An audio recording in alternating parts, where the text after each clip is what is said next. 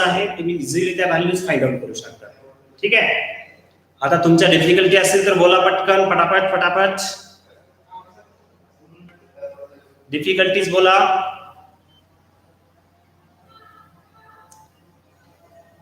कारण पुढचं आपल्याला बघायचं आहे आज, थोडंसं कॉम्पिटिटिव्ह एक्झाम बद्दल बोलायचं आहे. थोडा वेळ बोलणार आहे मी. ऍक्च्युअली एक गेस्ट आपल्याशी जॉईंट होणार होते, पण त्यांचा थोडीशी अडचण आली, त्यामुळे ते गेस्ट आज जॉईंट होणार नाहीये. ते ज्या दिवशी जॉईंट होतील त्या दिवशी परत एकदा स्टार्ट करेल. पण आज मला थोडंसं तुमच्याबद्दल म्हणजे नीट आणि जेई आणि सीईटी बद्दल बोलायचं आहे. तर तुमच्या काही डिफिकल्टी असेल तर अजून बोलून घ्या. अगोदर सांगा, ह्या लेक्चर बद्दल काही अडचण असेल तर त्या बोला. प्रतीक्षा बोल बाळा. श्रुती, ज्योती, करिश्मा, प्रेरणा,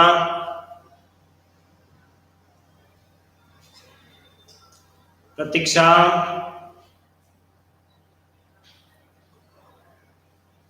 सृष्टी, साक्षी, स्नेहा, तनु करपे, यश बोरसे,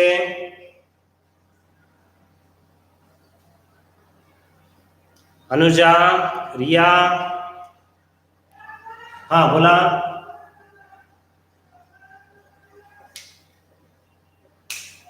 ट्यूजडेचं फिजिक्सचं लेक्चर आपल्या ऍप मध्ये आलं बघा ना, मी टाकलंय काल. जर टाकलं गेलं ना, ओपन नाही होते कारण इकडे जॉईन केलं गेलं नसेल. ठीक आहे, आज तुला मी मला दुपारनंतर म्हणजे सायंकाळी कॉल करा. सायंकाळी कॉल करा. ज्यांचे ऍप चालू नसतील झाले त्यांनी सायंकाळी कॉल करा, मला पर्सनली कॉल करा. मी तुमचे ऍपची जॉईनिंग करून देतो, म्हणजे ऍप चालू होऊन जाईल. ओके. समृद्धी, बाळा काही अडचण? सिमरन,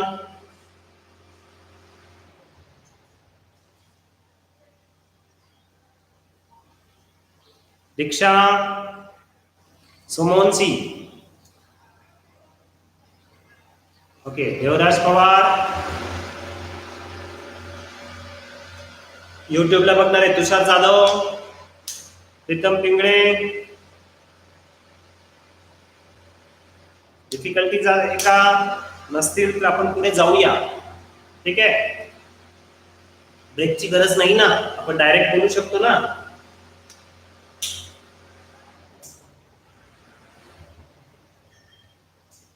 आता जे डिस्कशन आपलं चालणार आहे हे डिस्कशन कॉम्पिटिटिव्ह एक्झाम बद्दल आहे. आपण लवकरच कॉम्पिटिटिव्ह एक्झामचे लगेचच क्लास स्टार्ट करतोय. म्हणजे जे 11चा भाग आहे तो कॉम्पिटिटिव्ह एक्झामचा लगेच आपण स्टार्ट करण्याचा प्रयत्न करणार आहे.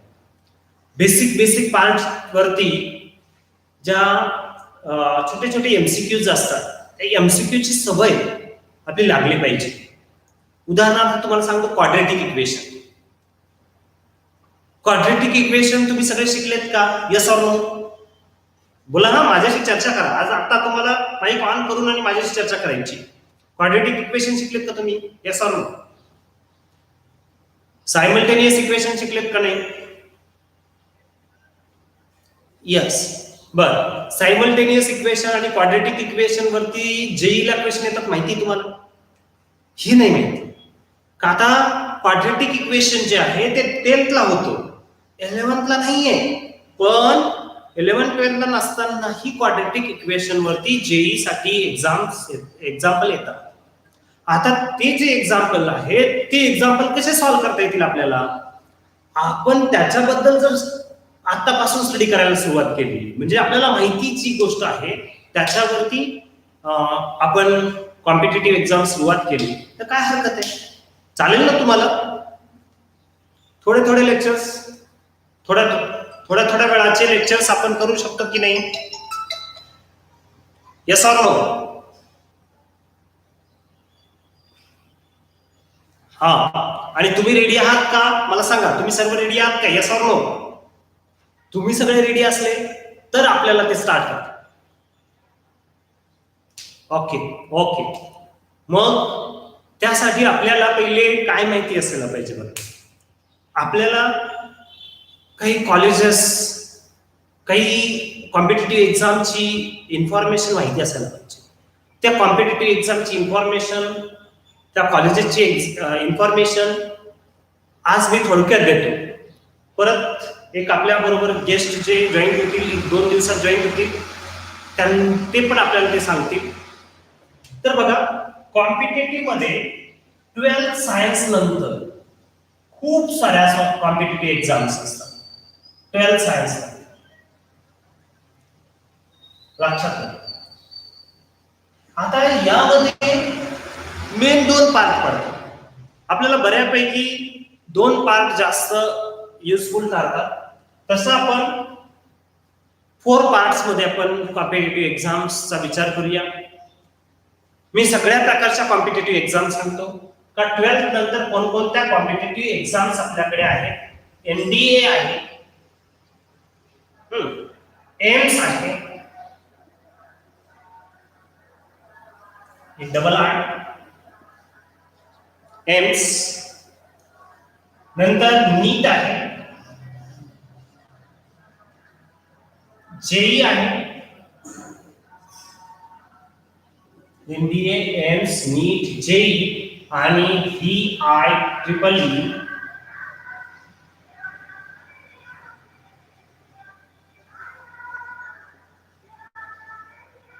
किंवा इथे तुम्ही बिट्स आहे, बिट्स पिलानीची सुद्धा एक सेपरेट एक्झाम होत असते. तर बिट्स आहेत, VIEEE एक्झाम आहे, नंतर जेई आहे, नीट आहे, एम्स आहे, एनडीए आहे. ह्या डिफरंट एक्झाम्स असतात. आता आपल्याला मेन एक्झाम माहिती असतात. हा, याच्यानंतर एक सीईटी पण आपण विचारात घेतो. ओके, ह्या मी काही एक्झाम्स तुमच्या समोर मांडल्या. काही एक्झाम्स मी परत एकदा सांगतो, याच्यापेक्षा जास्त एक्झाम्स तुम्ही देऊ शकता. तुमच्या माहितीसाठी सांगतो, तुम्ही जर समजा असं ठरवलं की मी 12वी नंतर डायरेक्ट सायंटिस्ट होऊ शकतो का, किंवा मला इस्रो मध्ये डायरेक्ट सायंटिस्ट साठी सिलेक्ट करू शकतात का, तर करू शकतात. टॉपमोस्ट लेवल सांगितली इस्रो. तिथून तुम्ही नासामध्ये सुद्धा जाऊ शकतात बाळांनो, हे लक्षात ठेवा. बऱ्याच वेळेस ह्या गोष्टी आपल्याला माहित नसतात. आपण म्हणतो एखादा व्यक्ती सायंटिस्ट झाला, कसा झाला रे, काय केलं त्याने, सायंटिस्ट होण्यासाठी काय गरजेचं आहे. एक मिनिट, थोडा आवाज येतोय.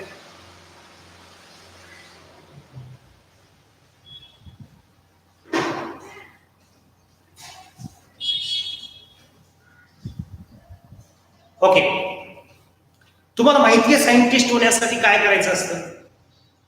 प्लेन नॉर्मल बेसिक सायन्स घेऊन सुद्धा सायंटिस्ट होता येतं. हा, नुसतं फॉरेनला जाऊनच सायंटिस्ट होता येतं का, असं काहीच बंधन नाही. इंडियाचे मोठमोठे सायंटिस्ट झालेले आहेत, लक्षात घ्या. हा, सुरुवात आर्यभट्टांपासून.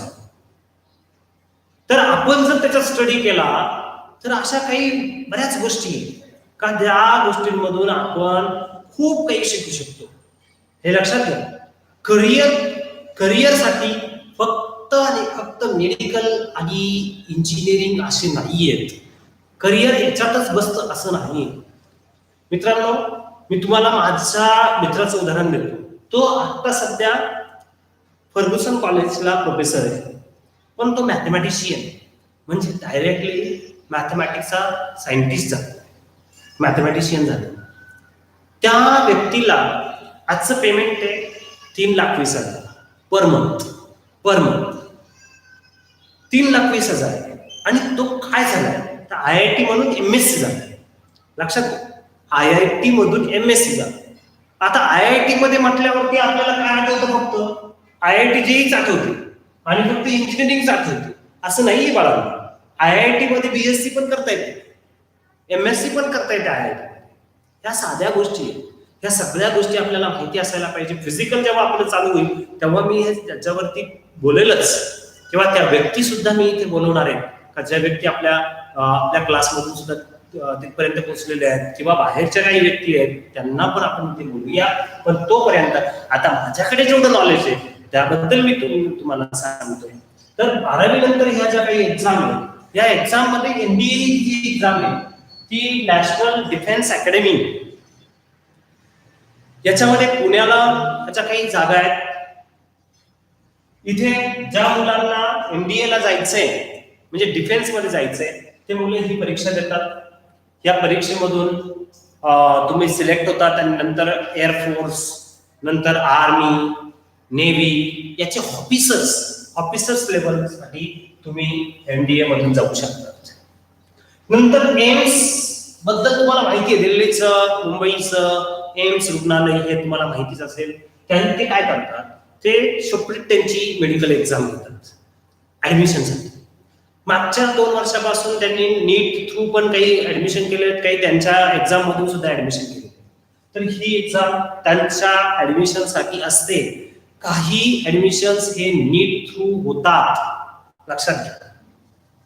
आणि नीट ही मेडिकल साठी ऑल इंडिया लेवलची एक्झाम आहे.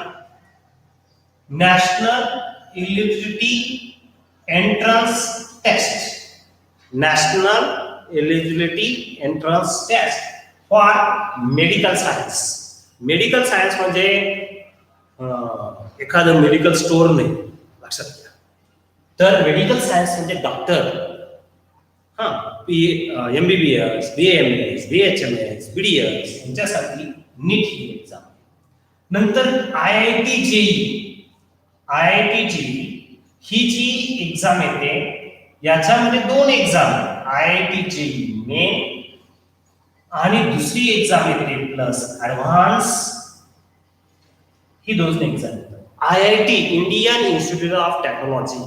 बाळांनो, इंजिनियर व्हायचंय तर याचं स्वप्न बघा. आयआयटी जेई इंजिनियर व्हायचं आहे, आयआयटी मध्ये जाण्याचा विचार करा. ज्या मुलांना आज 85+ मार्क्स मिळाले त्यांनी याचे प्रयत्न करायला काहीच अडचण नाही, काही अडचण. मी सांगतो कोणते कॉलेजेस काय आहे त्याच्याबद्दल सगळं डिटेलमध्ये सांगतो. नंतर VIEEE जी आहे ती Vishwakarma institute engineering entrance test, याच्यासाठी त्यांचे काहीच कॉलेजेस आहेत, लक्षात घ्या. वेल्लोर किंवा चेन्नई या ठिकाणी त्यांचे कॉलेजेस आहेत. एक बेंगलोरला पण आहे.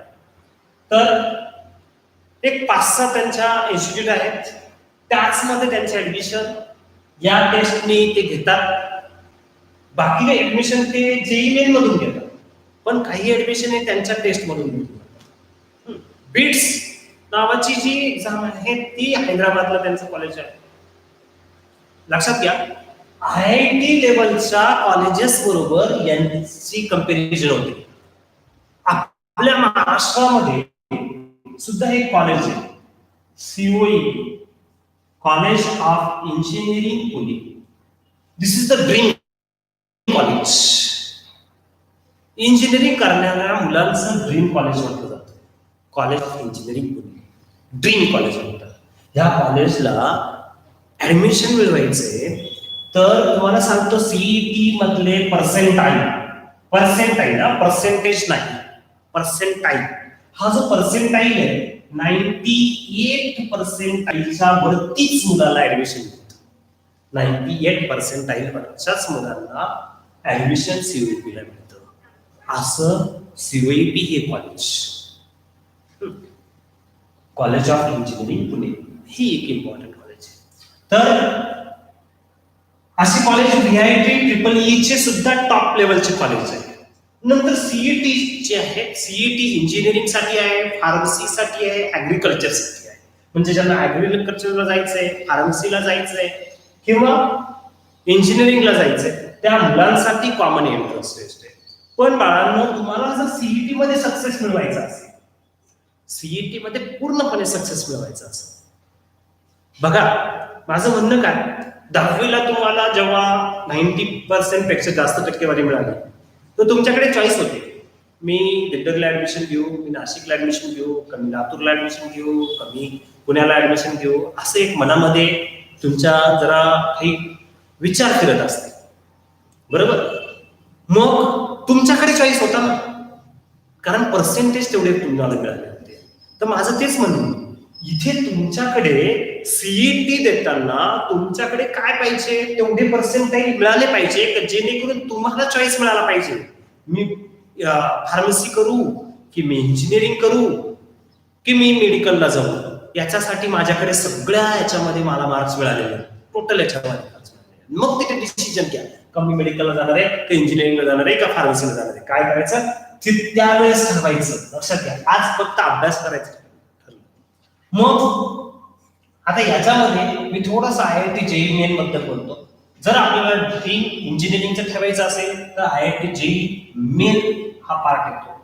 आता JEE मेन मधून कोणत्या कॉलेजेसला ऍडमिशन होतं, JEE मेन मधून ऍडमिशन मिळणारे कॉलेज आहेत non government colleges. Non government colleges, पण नॉन गव्हर्नमेंट कॉलेजेस कोणते, समजा नाशिक मधले जेवढेही कॉलेज आहे इंजिनिअरिंगचे, त्या कॉलेजला सुद्धा जागा शिल्लक असतात. त्याच्यामध्ये 15% जागा, 15%, म्हणजे जवळजवळ 60 जागांपैकी 9 जागा ज्या आहेत त्या JEE मेन मधून भरल्या जातात. लक्षात ठेवा, JEE मेन मधून 9 ते 12 जागा, म्हणजे 15 ते 20% जागा ज्या आहेत त्या जागा JEE मेन मधून भरल्या जातात. नंतर JEE मेन मधून NIT लेवलचे कॉलेज. आता NIT लेवल कोणतं, NIT पुणे.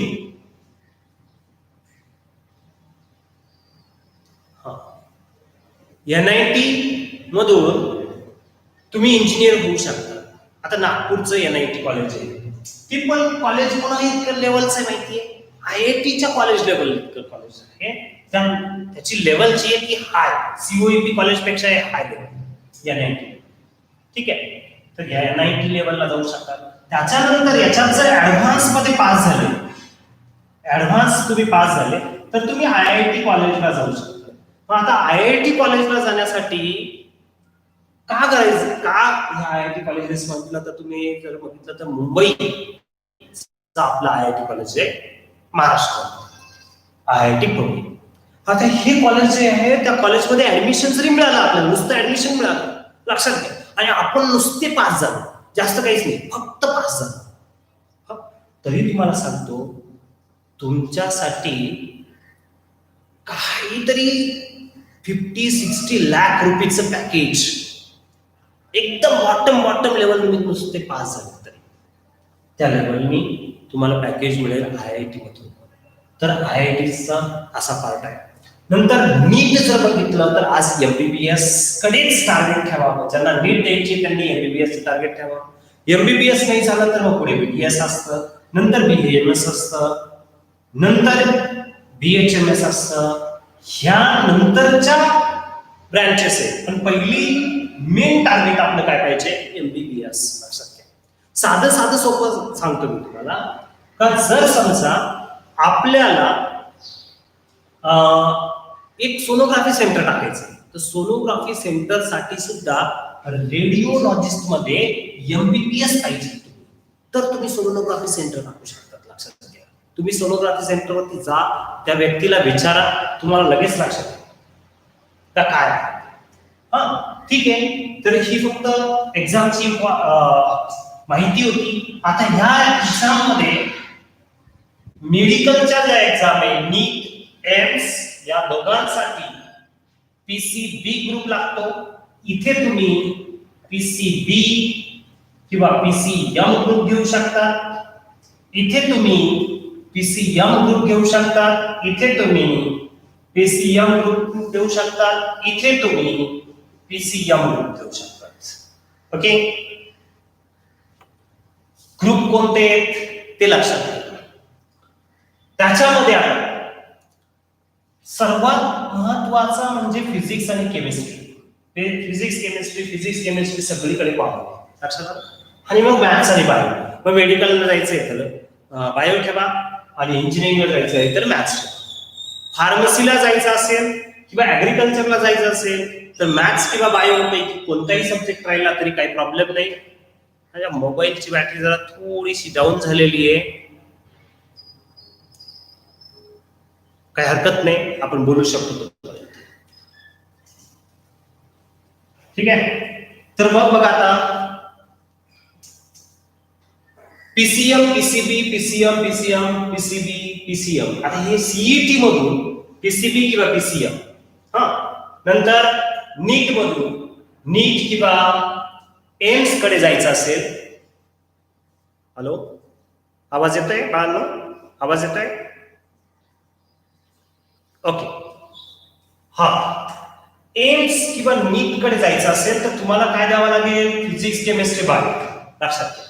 आता याच्यामध्ये नीटचा विचार करू आपण. पहिले नीटचाच विचार करू. नीट साठी फिजिक्स, केमिस्ट्री, बायो हे 3 सब्जेक्ट आहेत. याच्यामध्ये आता काय होतं का फिजिक्स जे आहे त्या फिजिक्सला आणि केमिस्ट्रीला थोडीशी व्हॅल्यू कमी आहे. बायोचे 2 भाग पडतात. बायोचे 2 भाग पडतात, एक झू आणि बॉटनी असे पडतात. एक बॉटनी आणि एक झू असे 2 पार्ट, म्हणजे फर्स्ट आणि सेकंड. मग ते 4 पार्ट मध्ये डिवाइड करतात. हे 90, हे 90, हे 90 आणि हे 90. सॉरी, एक मिनिट. तुम्हाला टोटल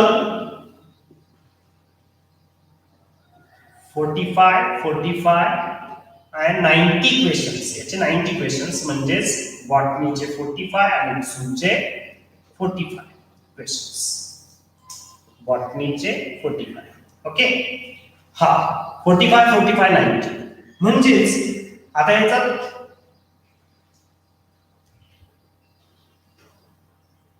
बघा 45 म्हणजेच इंटू 4 मार्क्स असतात आणि -1 मार्क असतो.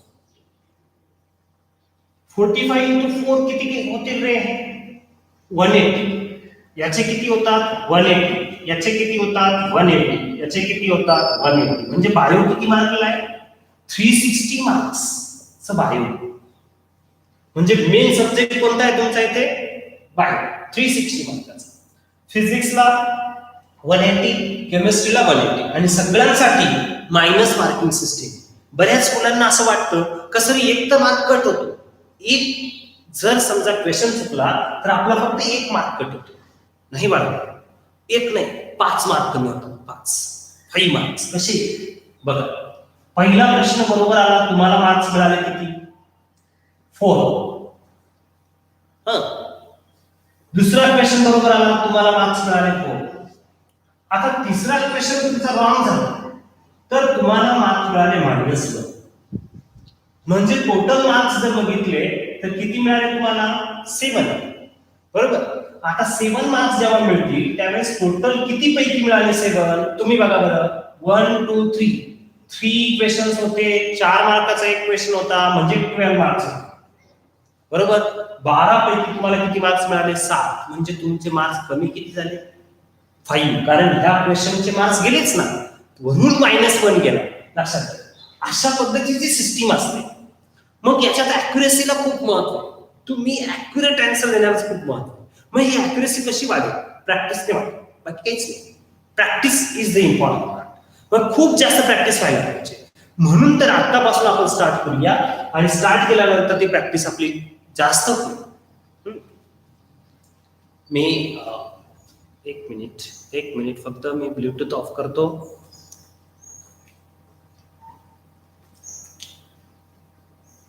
ओके. बघा, तर हे जे सब्जेक्ट आहे, हे जे सब्जेक्ट आहे या सब्जेक्टची प्रॅक्टिस आपली महत्वाची. आणि जितकी तुम्ही प्रॅक्टिस कराल तेवढी तुमची अॅक्युरेसी हळूहळू वाढत जाईल. मग आता याच्यामध्ये असा कोणता सब्जेक्ट आहे का त्याच्यावरती पीसीएम साठी भर दिला पाहिजे, सॉरी पीसीबी साठी भर दिला पाहिजे? ऑफकोर्स बायो हा सब्जेक्ट वरती आपल्याला खूप जास्त फोकस करावा लागेल. ज्यांना मेडिकलला जायचंय त्यांनी बायोवरती सर्वात जास्त फोकस करायचा. म्हणजे मेडिकलला जायचं असेल तर कमीत कमी 300 प्लस मार्क्स हे कुणाचे पाहिजे, फक्त बायोचे पाहिजे. बघा, ओपनच्या मुलाला जर समजा मेडिकलला जायचं असतं, फक्त ओपनच्या मुलाला म्हणतोय मी, जो कॅटेगरीमध्ये नाही, त्या ओपनच्या मुलाला जर मेडिकलला जायचं असेल तर त्याला मार्क्स लागतात 500 प्लसच मार्क पाहिजे, तरच तो मेडिकलला जाऊ शकतो. गव्हर्नमेंट मेडिकल कॉलेजला जायचं असेल तर त्याला कमीत कमी 600 प्लस मार्क्स पाहिजे. आता इतके मार्क्सची गरज असते, त्यासाठी तुम्हाला बायो तर एकदम परफेक्ट बनवावाच लागेल, पण फिजिक्स केमिस्ट्रीकडे सुद्धा तितकंच लक्ष द्यावं लागेल. आता फिजिक्स केमिस्ट्रीमध्ये बारीक बारीक बारीक बारीक बारीक खूप साऱ्या गोष्टी लक्षात घ्या, खूप साऱ्या गोष्टी, आणि त्या सगळे पार्ट आपल्याला शिकणं गरजेचं आहे. मग त्याचे आपल्याकडे बुकलेट आहे. मी काही मुलांना दाखवले पण बुकलेट, तर मी इथे आणलेलं नाहीये. आपले छोटे बुकलेट आहे, चॅप्टर वाईज आहे. प्रत्येक चॅप्टर डिटेल मध्ये दिलेले आहेत, म्हणजे त्याच्या ट्रिक्स दिलेल्या आहेत, नंतर एमसीक्यू घेतलेले आहेत. ते जे एमसीक्यू आहेत ते आपल्याला सॉल्व्ह करायचे आहेत. त्याचबरोबर आपण एक ऍप पण आणलेलं आहे. जे ऍप तुम्ही बघतायत ते नव्हे, जे ऍप आता तुम्ही बघतायत ते नव्हे, अजून एक ऍप आहे आपल्या ज्ञानदीपच अजून एक ऍप, ते फक्त एक्झामसाठी, फक्त एक्झाम. तुम्हाला वाटलं ना तुम्ही सारा दिवसात तुम्हाला 50 एक्झाम द्यायचे तरी देऊ शकता, असं ऍप आपण ऑलरेडी आणलेलं आहे. प्रत्येकाचा आयडी पासवर्ड माझ्याकडे तयार आहे. तो आयडी पासवर्ड मी तुम्हाला दिला आणि ते ऍप इन्स्टॉल करून दिलं की ती प्रॅक्टिस तुमची स्टार्ट होऊन जाईल. मग फाउंडेशन पासून आपण स्टार्ट करूया. एक चॅप्टर संपलं की त्या चॅप्टरची खूप सारी प्रॅक्टिस करू, तुम्ही स्वतःही करू शकता, मी पण देऊ शकतो. अशा पद्धतीने ते ऍप आहे. ते आपण तुम्ही माझ्याशी वैयक्तिक जेव्हा भेटणार, तुम्ही या स्वतः, तुम्ही बघा स्वतः, तेव्हा तुम्हाला मी ते समजून सांगेन आणि ते ऍप चालू करून देऊ. तर मेडिकल साठीचा हा भाग तुम्हाला मी सांगितला. आता मेडिकल साठीच का मी प्रेफर का करतो, ज्या मुलांचं आज फार्मसीचं मत आहे, ज्या मुलांचा आज मेडिकल बायोमध्ये इंटरेस्ट आहे, त्या मुलांनी एमबीबीएस ला जावं अशी माझी अपेक्षा आहे. आज बघा कोविड-19 चालू आहे. ह्या कोविड-19 मध्ये बाळांनो, आज सर्वात जास्त जर विचार केला तर कुणाला देव मानलं गेलं रे? डॉक्टरला. सर्वात जास्त डॉक्टरला देव मानलं, कारण डॉक्टर ते वर्क करत आहे. बरोबर, कोविड-19 जाऊ दे रे, आज भारतामध्ये आणि आपल्या जवळपास जर बघितलं तर प्रत्येक घरात पेशंट, वेगवेगळ्या कारणांमुळे प्रत्येक घरामध्ये त्रस्त झालेली व्यक्ती. बरोबर, मी बिझनेस म्हणून बोलत नाही सध्या. आपण सायन्स लावलो, आपण सायन्स म्हटल्यानंतर पैसे कमवायचे म्हणून नाही बोलत. पैसे कमवायला नका शिकू. तुम्हाला जर शिकायचं असेल तर समाजसेवेला शिका, समाजसेवा करण्यासाठी शिका. आणि एक लक्षात ठेवा, का आपण आपलं पोट भरून सुद्धा आपण समाजसेवा करू शकतो. आज डॉक्टरची एवढी प्रत्येकाला गरज आहे, आणि त्या गरजेतून जर तुमचं पोट भरत असेल, तुमचं एक पार्ट निर्माण होत असेल तर काय हरकत नाही. तुम्ही जर डॉक्टर झाले तर तुम्ही समाजसेवा पण करू शकता. बरोबर, आणि परत तुमचं पोट पण भरू शकता. ओके, म्हणजे मला असं म्हणायचंय का तुम्ही जर एखाद्या व्यक्तीला बरं केलं ना, एखाद्या व्यक्तीला बरं केलं, एकदम मरणाच्या टोकाला थांबलेला व्यक्ती, आणि त्याला जर बरं केलं, आणि तुम्ही जर डॉक्टर आहात आणि त्याला बरं केलं, तर विचार करा तो व्यक्ती तुम्हाला काय मिळेल. तुम्हाला फक्त देवच मिळेल, दुसरं काहीच नाही. लक्षात, मला ह्या डॉक्टरने वाचवलं हे. मग तुम्हाला देव बनायचं असेल तर डॉक्टर बना. देव कोणी पाहिला नाही, पण डॉक्टर सगळ्यांनी पाहिलं. आणि आजही खूप डॉक्टरची गरज आहे आपल्या भारतमध्ये, आपल्या समाजामध्ये अजूनही डॉक्टरची गरज आहे. आजही मल्टी स्पेशालिस्ट दिंडोरीमध्ये हॉस्पिटल नाही आहे. लक्षात घ्या, मल्टी स्पेशालिस्ट हॉस्पिटल दिंडोरीमध्ये नाही. का? आजही काही अडचण खूप क्रिटिकल असेल तर लगेच सांगितलं जातं नाशिकला. आपल्या दिंडोरीमध्ये ती अवेलेबिलिटी नाही. म्हणजे बघा अजून किती वाव त्या गोष्टीला आहे. तर तो एक भाग आहेच. तर मग मेडिकलचं स्वप्न बघायला तुम्हाला हरकत नाही, ज्यांना बायोमध्ये इंटरेस्ट आहे त्यांना. त्याचबरोबर ज्यांना इंजिनिअरिंगला इंटरेस्ट, खूप इंजिनिअरिंग करावंसं वाटते, त्याच्यामध्ये बिझनेस करावासं वाटतोय, सर्व्हिस करावीशी वाटते, तर तुम्ही इंजिनिअरिंग कडे जाऊ शकता. आता इंजिनिअरिंग म्हटलं तरी इंजिनिअरिंगसाठी टॉप लेवलच तुम्ही घ्यावं अशी माझी अपेक्षा आहे. टॉप लेवलचं कॉलेज मिळावं, कमीत कमी मिनिमम तुम्हाला गव्हर्नमेंट कॉलेजलाच, इंजिनिअरिंगच्या गव्हर्नमेंट कॉलेजलाच नंबर लागला पाहिजे, इतका तरी अभ्यास तुमचा पाहिजे, कमीत कमी. गव्हर्नमेंट कॉलेजला तुमचा नंबर लागत नसेल तर साध्या कॉलेजला मी तुम्हाला विथाऊट सीईटी, विथाऊट जेई तुम्हाला ऍडमिशन घेऊन देतो सहज. म्हणजे सीईटी फक्त दिलेली असेल, खूप जास्त मार्क्स नसले तरी तुम्हाला ऍडमिशन मिळून जाईल. लक्षात घ्या, म्हणजे नुसता इंजिनियर होण्यात मजा नाहीये. साधे इंजिनियर खूप पडले, ते काहीच करू शकत नाही, बरोबर. म्हणून तुम्हाला काय करायचंय, तर तुम्हाला इंजिनिअरिंग करायचंय तर स्वप्न मोठे बघा. तुम्हाला नीट करायचं स्वप्न मोठे बघा. नीट द्यायचं आहे तर तुम्ही एमबीबीएसचं स्वप्न बघा. साधी डॉक्टर होण्यापेक्षा एमबीबीएस झाली पाहिजे असं. हा, आणि नंतर ज्यांना फार्मसी करायचंय त्या मुलांना मी का म्हणतोय का तुम्ही फार्मसी न करता तुम्ही मेडिकल का करा, तर एमबीबीएस एमडी हे झाल्यानंतर तुम्ही फार्मसी ऑटोमॅटिक झालेत ना. फार्मसीचा पार्ट झाला तुमचा, कम्प्लीट झाला. फार्मसी होतच त्याच्यामध्ये, लक्षात. आणि फार्मसी म्हणजे फार्मसीमध्ये तुम्ही जे काही करू शकता ते एमबीबीएस करून, बीएमएस करून, बीएचएमएस करून करू शकता. ओके, तर हा पार्ट तुम्हाला सांगितला. तर अशा कॉम्पिटिटिव्ह एक्झामकडे आपण लवकरच शेड्यूल बनवतोय. त्या शेड्यूलनुसार आपण या कॉम्पिटिटिव्ह एक्झामचे जे लेक्चर्स आहेत ते लेक्चर स्टार्ट करतोय. ज्यांचं स्वप्न डिफेन्स मध्ये जाणे त्यांच्यासाठी सुद्धा आपण त्या पद्धतीचे लेक्चर स्टार्ट करतोय. मला फक्त कष्ट करणारे मुलं हवेत. तुम्ही कष्ट करणारे असाल तर मी कष्ट करायला तुम्हाला तुमच्या बरोबर तयार आहे. आणि आपल्याला आपलं स्वप्न पूर्ण करायचंय. लक्षात घ्या, माझे सगळे स्वप्न पूर्ण आहेत. मला जे वाटत होते माझे स्वप्न ते सगळे पूर्ण आहेत. पण मी दरवर्षी स्वप्न बघतो. दरवर्षी 11वीची बॅच आली तर त्यांच्या मागे स्वप्न बघतो. दरवर्षी 12वीची बॅच असली तर त्यांच्या मागे स्वप्न बघतो. मला नेहमी वाटतं का माझे मुलं डॉक्टर व्हावेत, माझे मुलं इंजिनियर व्हावेत, माझे मुलं IPS व्हावे, IAS व्हावे, माझे मुलं मोठ्या मोठ्या ऑफिसमध्ये मोठमोठे ऑफिसर्स व्हावे. हे मला सहज वाटतं. आज माझे काही मुलं तलाठी आहेत, काही कलेक्टर आहेत, काही डॉक्टर आहेत, काही इंजिनियर आहेत, मोठमोठ्या ठिकाणी आहेत. तर तो एक अभिमान असतो का माझा एक विद्यार्थी इथे आहे. हा जो अभिमान आहे तो अभिमान मला पाहिजे आणि हेच माझे स्वप्न आहे. लक्षात घ्या, बाकी गाडी बंगला किंवा ही जमीन जुमला ह्या ज्या गोष्टी आहेत त्या माझ्यासाठी आता राहिलेल्या नाही आहेत. हे माझे स्वप्न सगळे पूर्ण आहेत. म्हणून त्या गोष्टी माझ्यासाठी नाही आहेत.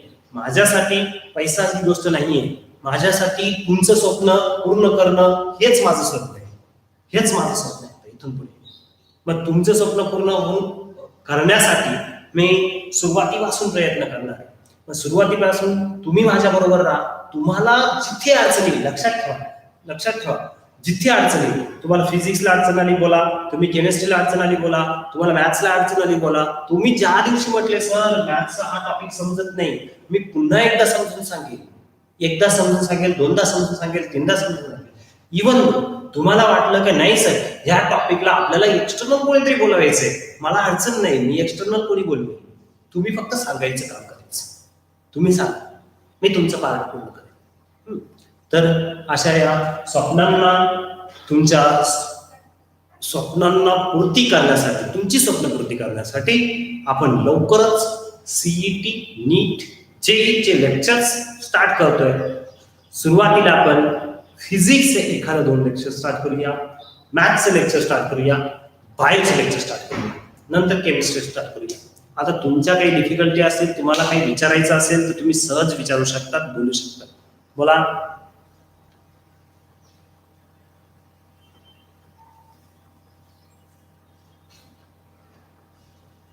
Yes anybody?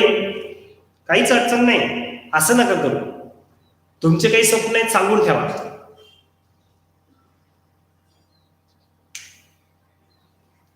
एक उदाहरण देतो तुम्हाला, एक सांगतो बघा.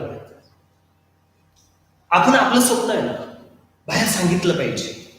का सांगितलं पाहिजे माहिती?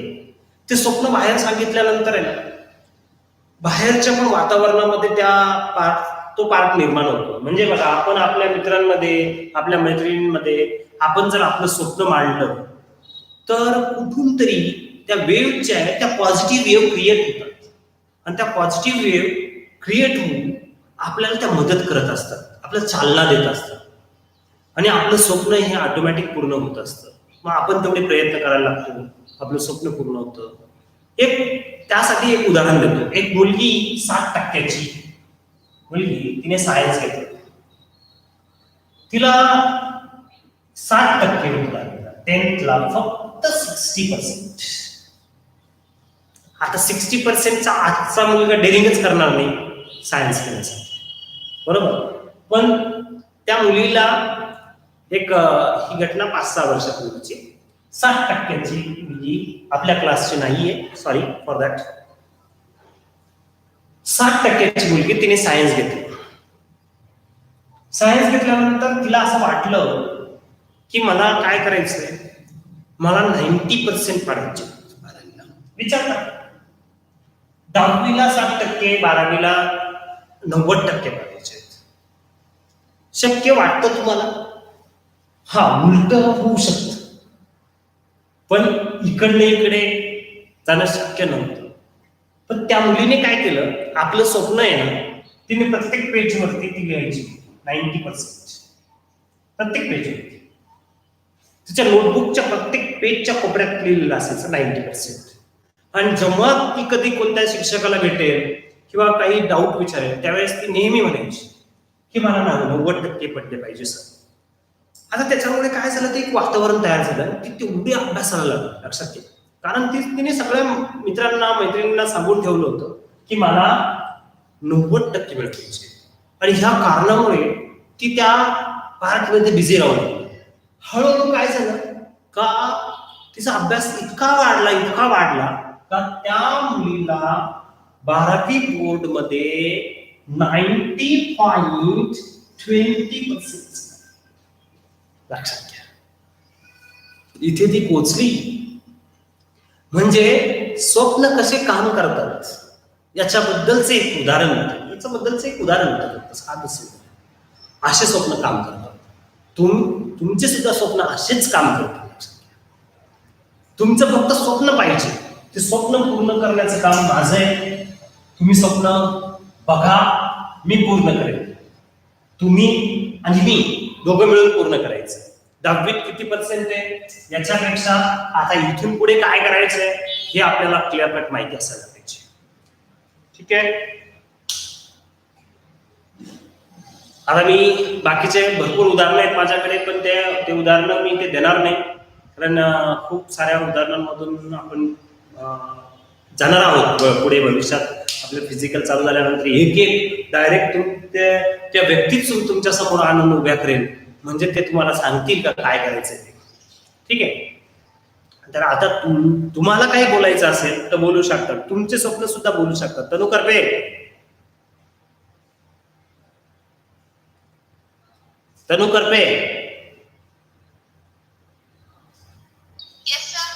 काय स्वप्न बघितलं बाळा?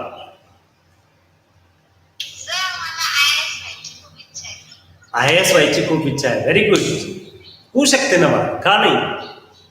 IAS व्हायचंय. माझ्याकडचं एक उदाहरण, तू राहायला कुठे? तुला जानकी संकुल माहिती आहे आपलं दिंडरीचं? जानकी संकुल मध्ये राजू वाघ नावाचा मुलगा आहे. हा, तो राजू वाघ IPS झालेला आहे आता सध्या, IPS, आणि तो आपल्या क्लासचा आहे. तर आपण त्याला बोलूया एक दिवस, म्हणजे तो आपल्याला गाईड करेल का, डायरेक्शन देईल आपल्याला काय केलं पाहिजे. आपल्या क्लासमधून तो 11वी 12वी सायन्सला होता, 8वी 9वी 10वीला सुद्धा माझ्याकडेच होता. 8वी 9वी 10वी 11वी 12वी त्याने इथून केलंय आणि तो आता आय एस झालेला IPS झाले. तर अशा मुलांचे आपल्याला गाईड मिळतील. अजून प्रेरणा बोल बाळा.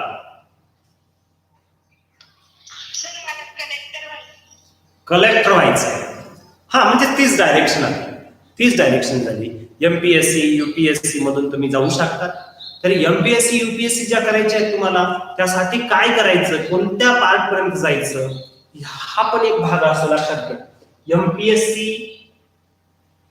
ही जी आहे ही स्टेट लेवलची एक्झाम आणि UPSC ही जी आहे ती नॅशनल लेवलची एक्झाम. लक्षात घ्या एकच एक्झाम 12वी नंतर UPSC NDA.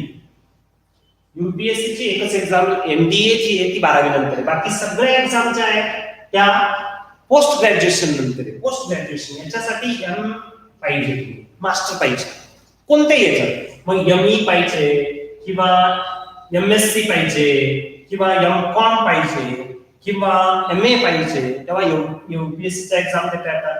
MPSC च्या एक्झाम देता असतील तर तुम्ही बॅचलर पाहिजे, म्हणजे BA पाहिजे, BAMS असले चालतील, BE चालतील, तुम्ही MBBS असले तर चालतील. तर तुम्हाला ह्या परीक्षा देता येतील. तर जी ग्रॅज्युएशन आणि पोस्ट ग्रॅज्युएशन, मग आता याच्यामध्ये काय करायला पाहिजे, आपण काय केलं पाहिजे लक्षात घ्या. याचं थोडं सर्चिंग करत राहायचं लक्षात घ्या. आता तुम्हाला वेळ आहे थोडासा, मग तुम्ही काय करायचं, अशी इन्फॉर्मेशन मिळवायची. MPSC बद्दल इन्फॉर्मेशन मिळवा, UPSC बद्दल इन्फॉर्मेशन मिळवा, त्याच्यामधले कोणतं त्याच्यामध्ये स्टडी असतो ते मिळवा, कोणते सब्जेक्ट असतात ते लिहून ठेवा, हे सब्जेक्ट असतात. हे बघा लगेच काही पूर्ण होत नसतं. हळूहळू ते सब्जेक्ट कोणते कोणते असतात ते बघायचं. मग त्या सब्जेक्टचं कुठे तुम्ही नाशिकला गेले ना कधी, तर नाशिकला गेले ते एका सब्जेक्टचं पुस्तक घेऊन यायचं, दुसऱ्या सब्जेक्टचं दुसऱ्या वेळेस पुस्तक आणायचं. एका दिवसात ते कलेक्ट नाही होणार, काही दिवसानंतर कलेक्ट होतील ते. हळूहळू आपल्याकडे ते पुस्तकांचा संच आपल्याकडे निर्माण झाला. मग त्याच्यातून आपण एक एक एक एक गोष्ट वाचत राहिली तर आपल्याला हळूहळू ते त्या गोष्टींपर्यंत पोहोचायचंय लक्षात घ्या. तर म्हणजे आतापासून जर सवय लावली तर आपण जेव्हा UPSC द्यायची आहे त्यावेळेस मास्टर व्हायचं. मास्टर तुम्ही कशातूनही व्हा, पण UPSC पर्यंत पोहोचताना त्या विषयातलं नॉलेज किंवा UPSC मध्ये येणारे क्वेश्चन याच्याबद्दलचं नॉलेज, MPSC मध्ये येणारे क्वेश्चन त्याच्याबद्दलचं नॉलेज हळूहळू आपलं इन्क्रीज केलं पाहिजे. आणि ते इन्क्रीज करायचं असेल तर पुस्तकांच्या मार्फतच आपण इन्क्रीज करू शकतो. बरोबर. करिश्मा पाटील लेफ्ट झाली, तुला विचारायचा होता प्रश्न. दीक्षा सोमवंशी बोल बाळा.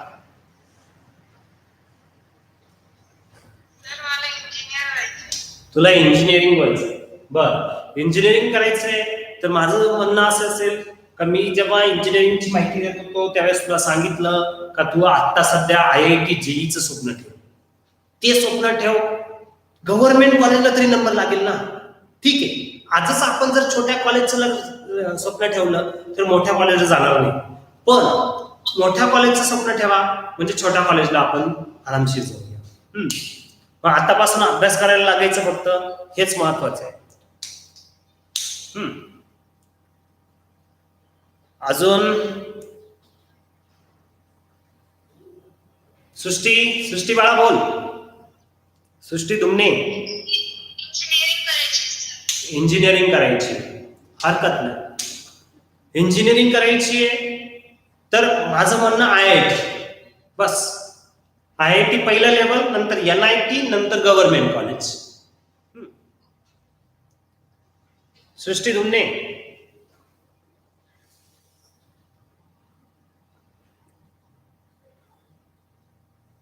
पीयूष शर्मा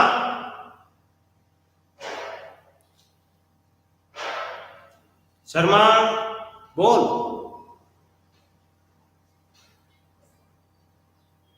इकडे YouTube वाले पण तुम्ही टाकू शकतात, मला काय बनायचं तुम्ही इथे लिहा, मला दिसतंय. हा पीयूष बोल, तुला काय करायचंय? फार्मसी मध्ये इंटरेस्ट आहे, काही हरकत नाही. फार्मसी मध्ये सुद्धा भरपूर करिअर आहे बाळांना, एक लक्षात घ्या. फार्मसी मध्ये सुद्धा तुम्ही जाऊ शकता. फक्त काय आहे, फार्मसीला जायचंय तर सुरुवातीपासून तुम्ही CETचा स्टडी करायला सुरुवात करा. नंतर फार्मसी मध्ये बी फार्मला सुद्धा गव्हर्नमेंट कॉलेजला ऍडमिशन मिळालं पाहिजे. गव्हर्नमेंट कॉलेजला जर ऍडमिशन मिळालं तर तुमची अडचण राहणार नाही. हा बोला बोला.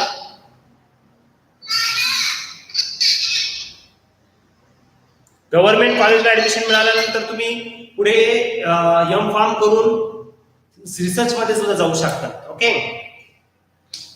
ठीक आहे. मी काही मुलांचे स्वप्न पण विचारले, त्यांच्याशी बोललो. परत आपण जेव्हा प्रत्यक्ष भेटूच त्यावेळेस आपल्याला बोलताच येईल. आता तुम्ही स्वतःहून सुद्धा सांगू शकतात. पण लवकरच आपण आपल्याला जे महत्वाचे विषय आज आहे ते आपण स्टार्ट करण्याचा प्रयत्न करूया. Goodbye, have a nice day, see you again tomorrow. हा बाबा, मोगल मोगल मोगल बाळा, तुला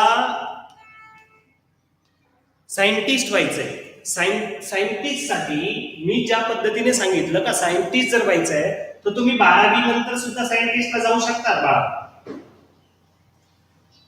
हा, सायंटिस्ट होण्यासाठी 12वी नंतर सुद्धा चान्स आहे. आणि पुढे बीएससी, एमएससी किंवा बी कोणताही असू द्या आणि एम कोणताही असू द्या, म्हणजे बॅचलर किंवा मास्टर काही असू द्या, तुम्ही सहज त्या लेवलला जाऊ शकता. कसं पण त्याला डायरेक्शन काय आहे तर एक उदाहरण देतो तुम्हाला. त्या उदाहरणातून तुम्हाला लक्षात येईल का सायंटिस्ट कसं होता येईल. त्यासाठी काय करायचं तर 12th मध्ये जर तुम्ही IIT JEE च्या पहिल्या 100 मध्ये फर्स्ट 100 मध्ये तुमचा नंबर आला, IIT JEE मध्ये फर्स्ट 100 मध्ये तुमचा जर नंबर येत असेल तर लक्षात घ्या तुम्हाला इस्रोला डायरेक्ट ऍडमिशन सायंटिस्ट मध्ये डायरेक्ट. त्याच्यानंतर तुम्ही समजा 12वी नंतर जो सब्जेक्ट आवडत असेल, कोणताही सब्जेक्ट घ्या 12वी नंतर, समजा फिजिक्स घेतलं. आणि फिजिक्स मध्ये एक उदाहरण देतो. फिजिक्स तुम्हाला जो कोणता आवडेल तो घ्या. फिजिक्स घेतला आणि फिजिक्स मध्ये मला सायंटिस्ट बनायचंय, इतका इंटरेस्ट आहे तुम्हाला सांगतो फिजिक्स मध्ये सायंटिस्ट बनणं खूप. हे बघा, पैसे कमवण्यापेक्षा स्टेटस पण निर्माण केलं पाहिजे. आणि आपलं स्टेटस आपण निर्माण करताना नाही ना त्या लेवलला करू शकतो. आता फिजिक्स व्हायचंय तर तुम्ही बीएससी फिजिक्स आयुकामध्ये करू शकता. आयुका नाव ऐकलंय? Yes or no? जे जिओमिकला आहे त्यांनी बोलू शकतात येस ऑर नो, आणि जे युट्यूबला आहे त्यांनी पण. तू सांग बाळा, आयुकामध्ये आयुका नाव ऐकलंय? यस असेल तर यस टाक, नो असेल तर नो टाक. Tell me. हा ठीक आहे. आयुका माहित नाही, मी सांगतो. Inter university centre of astronomy and astrophysics हे नाव आहे. Inter university centre of astronomy and astrophysics असं नाव. आता जर समजा या ठिकाणी तुम्ही बीएससी फिजिक्सला ऍडमिशन घ्या. आता हे ठिकाण कुठे? पुणे. पुणे युनिव्हर्सिटी जी आहे आपली, त्या पुणे युनिव्हर्सिटीमध्ये हे ठिकाण. इथे सायंटिस्टच शिकवतात, फक्त सायंटिस्टच शिकवतात आणि सायंटिस्टच होतो. तर बीएससी ला सुद्धा तिथे आपण फिजिक्स डिपार्टमेंटला ऍडमिशन घेऊ शकतो. इव्हन बीएससी तुम्ही बाजूला केली, एमएससी ला सुद्धा तिथे ऍडमिशन मिळतं. एमएससी ला पण ऍडमिशन मिळतं आयुकामध्ये. तर आयुकामध्ये ऍडमिशन घेतल्यानंतर तुम्हाला काय शिकायला मिळेल का? पूर्णपणे सायंटिस्टचा भाग शिकायला मिळेल. म्हणजे सायंटिस्टच, फक्त फिजिक्स मध्ये तुम्ही सायंटिस्ट बनणारच 100% बनणार. लक्षात घ्या. त्यानंतर अजून एक विषय सांगतो, हाच फिजिक्स किंवा मॅथमॅटिक्स घेतो. मॅथ्स बऱ्याच मुलांना आवडतो म्हणून मॅथ्स सांगतो. याच्यामध्ये बीएससी करत आहात. BSc first year, second year, third year. साधं म्हणून सांगतो बीएससी म्हणजे हे बी करू किंवा इतर पार्ट करून सुद्धा जाऊ शकता तुम्ही. पण मी बीएससी घेतलं हा म्हणजे बॅचलर्ससाठी फक्त. फर्स्ट इयर सेकंड इयर झालं. सेकंड इयर नंतर एक थर्ड इयरला एक एक्झाम असते, जी एक्झाम ही IIT मध्ये झाल्याची असते. IIT मध्ये झाल्याची असते. इथून डायरेक्ट कुठे IIT मध्ये जाण्यासाठी एक एक्झाम असते. ती एक्झाम तुम्ही जेव्हा पास आउट होता त्यावेळेस तुम्ही IIT मध्ये प्रवेश करता. IIT मध्ये तुम्हाला MSc करायला सांगितलं. ही MSc करताना तुम्ही रिसर्च करू शकता. रिसर्च करू शकता. आणि तो जो रिसर्च आहे तो रिसर्च तुम्हाला सायंटिस्ट बनवेल. तो रिसर्च सुद्धा तुम्हाला सायंटिस्ट बनवेल. हे मार्ग सायंटिस्ट होण्याचे. त्याचबरोबर तुम्ही बीई झाले. बीई झाल्यानंतर गेट नावाची एक एक्झाम असते. गेट नावाची एक एक्झाम असते. ती गेट ही एक्झाम पास आउट झाल्यानंतर एमटेक ला ऍडमिशन मिळतं. एमटेक मध्ये ज्यावेळेस एमटेक ला ऍडमिशन मिळेल तेव्हा एमटेक मधून सुद्धा म्हणजे एमटेक झाल्यानंतर सुद्धा रिसर्च कडे ऑटोमॅटिक आपला ओढा जातो. हे झाल्यानंतर अजून एक पार्ट आहे तुम्हाला सांगतो. तुम्ही बीई झालेत किंवा बॅचलर बीएससी जरी झाले तरी GRE देऊन GRE ही जी परीक्षा आहे ती देऊन फॉरेनला MS होऊ शकतात. फॉरेनला MS होता रिसर्च करू शकता. हे पण स्क्रीन शेअरिंग ऑफ करा. स्क्रीन शेअरिंग ऑफ करा फक्त. कोण करताय? पियुष स्क्रीन शेअरिंग ऑफ करा.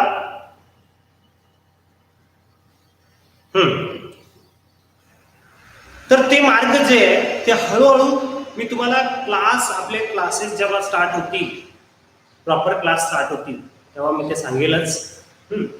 आता तुम्ही बऱ्याच वेळचं लेक्चर आधी ऐकताय, थकले असाल. अजून कुणाला काही वाटत असेल तर तुम्ही बोला, सांगा, टाईप करा, मी बोलतो. नाहीतर आपण थांबूया इथे.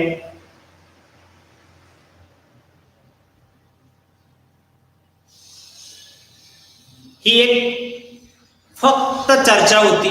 याच्यानंतरचा खरा अभ्यासाचा पार्ट आता स्टार्ट होतोय. सगळ्यांनी ते मनावर घ्या.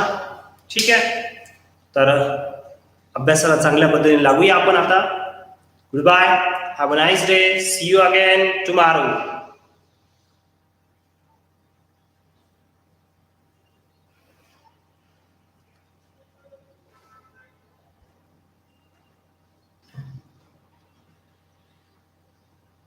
Okay, goodbye.